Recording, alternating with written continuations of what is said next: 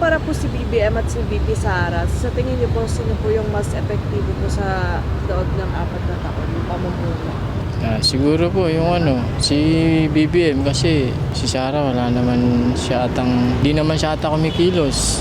Pero si BBM lahat atang gumagawa ng nagtatrabaho. Pero sabi nila si BBM daw kasi hindi daw maganda ang kanyang pagtatrabaho niya para sa bansa. Mas maganda kay Bibi Sara.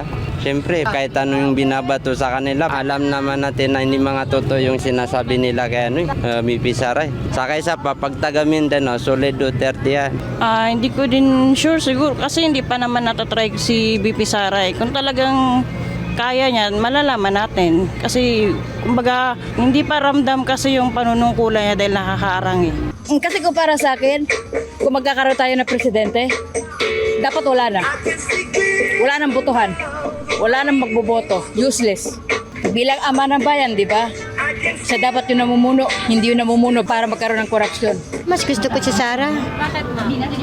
Mas maganda ang May dati may ayuda Ngayon wala Sara. Bakit, sir? Kasi hindi naman sila kurap Nakikita naman sa interview Nagsasabi sila ng totoo. Siguro si BP. Mas okay naman siya, parang mas malasakit pa siya sa mamamayang Pilipino. Hindi man ako maka-Duterte, pero mas okay dati yung sa dati nga Pangulo. Mas pabor ako dun sa pamamalakad niya, sa pamamaraan niya. Pero hindi talaga ako maka-judge kay President ngayon. Sa tingin ko si Sara. Kasi siya, alam niya yung hirap ng tao sa nararanasan natin ngayon. Mas parang kahit hindi pa siya nakaupo sa pwesto, maano yung pagkukonsern niya sa mga tao, may concern siya. Siyempre, si Baby Sara. Bakit po? Nako, ayoko magkomento, ayoko ng kasi namimili lang ako. Sige. 100% Baby Sara. Pero hindi na siya gumawa ng mga ganitong kwento agad-agad, di ba? Especially si Basti Duterte, good, number 1. Nasa effective si Bibi Sara kasi subok na sila. Saka hindi sila nangungurap. Si Lenny. Sa akin po si Lenny. Kasi si Lenny kasi ako Sa totoo lang dito sa grupo namin dito. Ako lang yung Lenny dito. Siyempre, kababayan ko yun Tsaka walang halong korupsyon. Hindi ko kasi si Sara di ba lagi siyang wala. Lagi siyang hindi sa tao. Yun lang po. Siguro si Marcos na kasi si Duterte ay marami ring anomalyang ginagawa. Oo. Wala pa po akong sasabi po sa mga susunod na panahon siguro po pagka siya na po ang namumuno. Sa ngayon, wala pa akong masabi. Kasi nung kapanahonan ni Digong, talagang yung mga tao.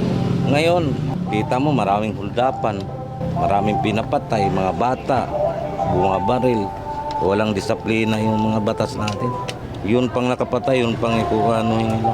Dapat bigyan nila ng hustisya. Automatic. Ano ba yung batas natin na pinatupad sa Pilipinas? Hindi naman na gagawa nila. Kung alin yung may kasalanan, hindi nila inaano. Kasi kasama sila sa mga ginagawa nila. Diba? Hindi ko pa na si Sara dahil di pa naman naging presidente ngayon Siguro pag naging presidente si Sara, kung makapasok talaga siya. For me, BP Sara.